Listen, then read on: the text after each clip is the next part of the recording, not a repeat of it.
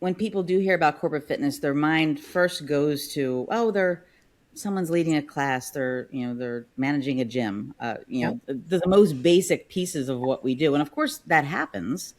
But, Yep. it takes me back to one of my first leaders that really impacted my career.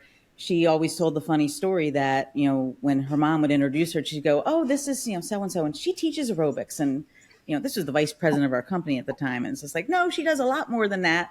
But, people just have that image of what that could look like. So what's the reality? What is someone doing day to day in these types of roles that we have? I love that story. And, thanks, Mom, right? She Yeah, teaches right. aerobics.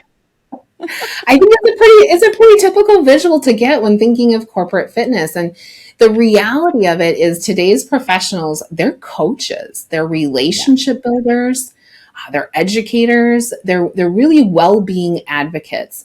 And they're helping these employees build healthier habits. They're navigating barriers with them, and they're connecting this well-being into their daily life. So it's a lot of people work. It might look like writing or building programs for individual clients.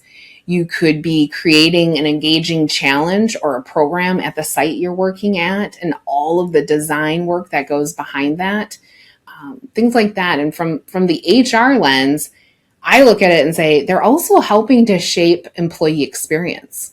They're Right. creating this trust, they're building community, and they're making well-being way more accessible to people who may not ever step foot in a traditional gym.